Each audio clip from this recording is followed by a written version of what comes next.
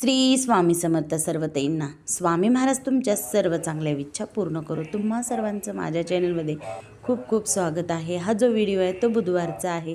काही कारणामुळे video upload करायला जमला नाही। व्हिडिओ आवडल्यानंतर लाईक जरूर करा।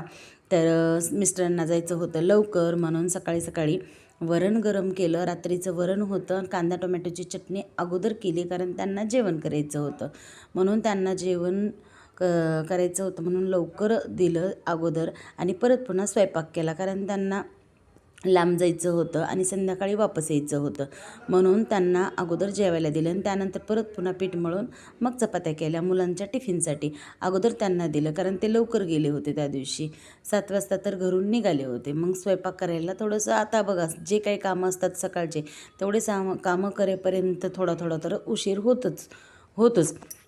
त्याकरता त्यांनी संध्याकाळचीच चपाती खाल्ली, कांद्याची चटणी आणि वरण असं खाल्लं। थोडीशी ककडी दिली कारण आता उन्हाळ्याचं थंड भाज्या, फळभाज्या, पालेभाज्या खाणं खूप गरजेचं आहे। ऊन खूप आहे, तब्येत पण चांगली राहणं खूप गरजेचं आहे।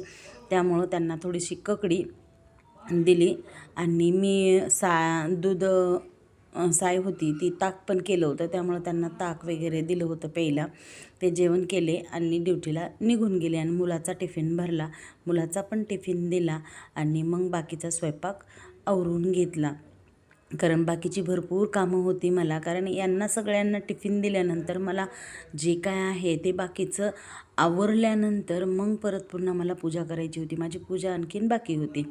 तर बघा तूप छान असं मस्त कडलं होतं, तूप कडवून घेतलं, छान निघालं होतं, मस्त असं तूप निघालं होतं बघा। आणि जेव्हा तूप मी कडवलेलं पातेलं असतं ते लगेच धुवायला टाकत नाही, त्यामध्ये एक चपाती चुरते आणि ती चपाती मुलांना खायला किंवा स्वतः कुणीही खातं माझ्या घरचं, पण असं आम्ही तुपाचं पातेलं असतं ते डायरेक्ट धुवायला टाकत नाही। आणि त्यानंतर बघा सगळे काही भाज्या वगैरे काढून घेतल्या, कांद्याची चटणी वगैरे आणि सगळे काही भांडे घासायला टाकले।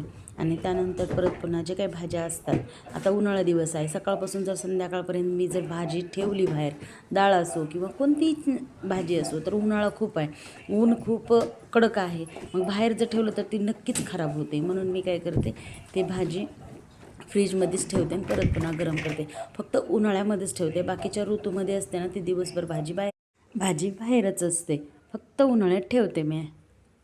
तर बघा सगळ्या काही भाज्या काढून घेतल्या आणि त्यानंतर मग परत पुन्हा मी भांडे वगैरे घासून घेतले, किचनचा ओटा वगैरे स्वच्छ करून घेतला कारण बघा सगळं काही स्वच्छ करून ठेवलं तर त्या लाल मुंग्या वगैरे निघत नाहीत। आता उन्हाळ्याचं कसं लाल मुंग्या होतात बघा, चपात्याला वगैरे मुंग्या लागतात दुरडीमध्ये, तर सगळं काही जेव्हाच्या तेव्हा स्वच्छ केल्यानंतर मुंग्या वगैरे काहीच लागत नाहीत। त्या लाल चावतात बघा मुंग्या, त्या मुंग्या लागतात। तर किचनचा ओटा स्वच्छ करून घेतला आणि नारळ जे भरणीमध्ये ठेवलं होतं त्यावर थोडंसं पाणी मारलं आणि भरणीत नारळ ठेवलं, पाणी भरून ठेवलं कारण त्यामधलं पाणी कसं कमी होतं।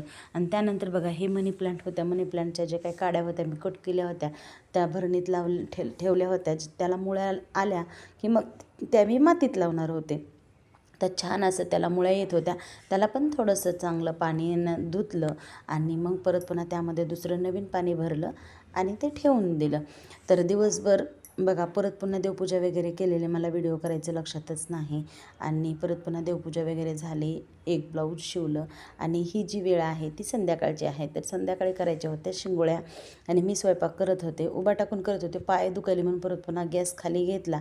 तर माझे मिस्टर थोडंसं बोलत दोघंजण आम्ही शिंगोळ्या केल्या। ते म्हणलं एकटीच करत आहेस, मी पण थोडंसं तुला मदत करतो, म्हणून ते पण आले कारण हे शिंगोळ्या वगैरे आहेत ना आमच्याकडे कोंडबळे म्हणतात, तर हे माझ्या मिस्टरांना खूप आवडतात, म्हणून दोघंजण मिळून हे कोंडबळे केले। कारण याला करायला खूप वेळ लागतो, कारण लय वेळ लागतो कारण गॅस पण जास्त जळतो, म्हणून दोघांनी मिळून कोंडबळे केले। संध्याकाळचं जेवण, संध्याकाळचा स्वयंपाक हा याचाच केला होता मी। तर कोंडबळे केले, जेवण केलं आणि असा होता माझा बुधवारचा दिवस। व्हिडिओ आवडल्यानंतर लाईक नक्की करा आणि व्हिडिओ जर तुम्हाला माझे बघायला आवडत असतील तर सबस्क्राईब नक्की करा।